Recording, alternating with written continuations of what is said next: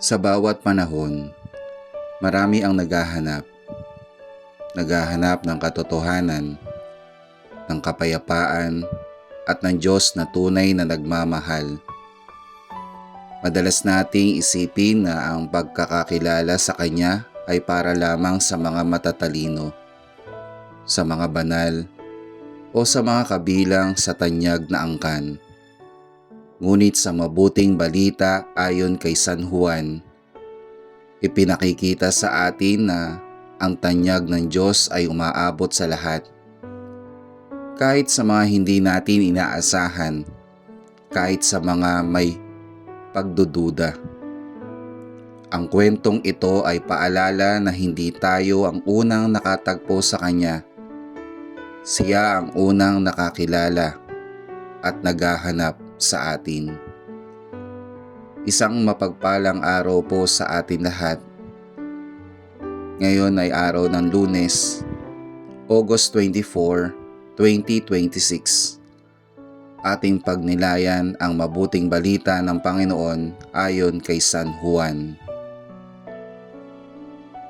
Ang tawag na walang pinipili. Nagsimula ang lahat ng mahanap ni Felipe si Nathaniel at sinabi sa kanya, ang isinulat ni Moises sa kautusan at isinulat ng mga propeta ay natagpuan na natin. Si Jesus na anak ni Jose na taga Nazaret. Ngunit sa halip na matuwa, sumagot si Nathaniel ng may pagdududa. May mabuti bagang manggagaling sa Nazaret? Isang simpleng tanong na nagpapakita ng karaniwang pananaw ng tao.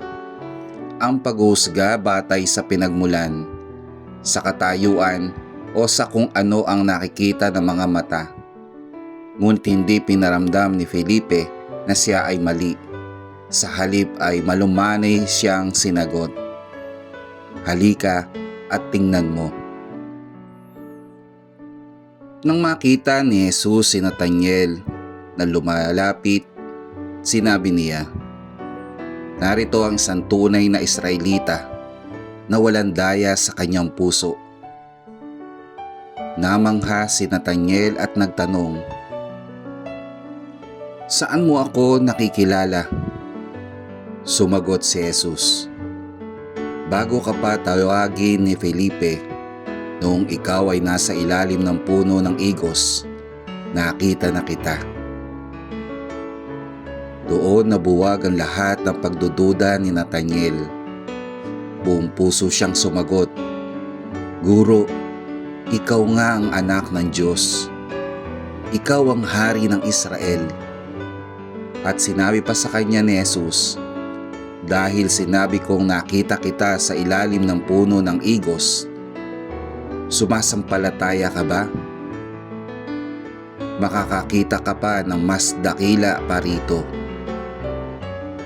Ang kwentong ito ay tumatago sa puso nating lahat na minsan ay nagtanong, nag-alinlangan o nag-isip kung karapat-dapat ba tayong hanapin ng Diyos. Alam niya ang ating mga pagdududa, ang ating mga kahinaan at ang mga sandaling nag-iisa tayo sa ilalim ng ating sariling puno ng igos. Mga panahon tahimik tayong naghahanap o nagdadalamhati. Hindi niya tayo tinatanggihan dahil sa ating pag-aalinlangan. Sa halip, ipinaparamdam niya na kilala niya tayo ng lubusan. Ang panawagan niya ay hindi pilit, kundi paanyaya. Halika at kilalanin mo ako. At sa bawat pagtugon natin, hindi pa sa inaasahan natin ang kanyang ipapakita.